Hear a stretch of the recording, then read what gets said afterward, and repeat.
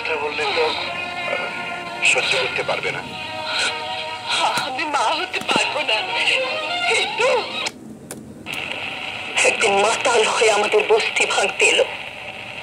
আমি বাধা দিলে বলে ভাত ছিটেলে কাক আসে, টাকা ছিটেলে আমার মতো মেয়ে মানুষ পাওয়া যায়।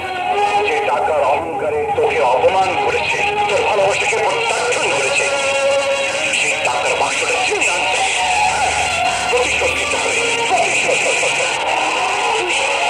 তুই মদ খাচ্ছিস? খাচ্ছি। আমার বাড়ি, আমার ঘর, আমার টাকায় আমি মদ খাবো কি? ওনার মা হবার সম্ভাবনা খুবই কম।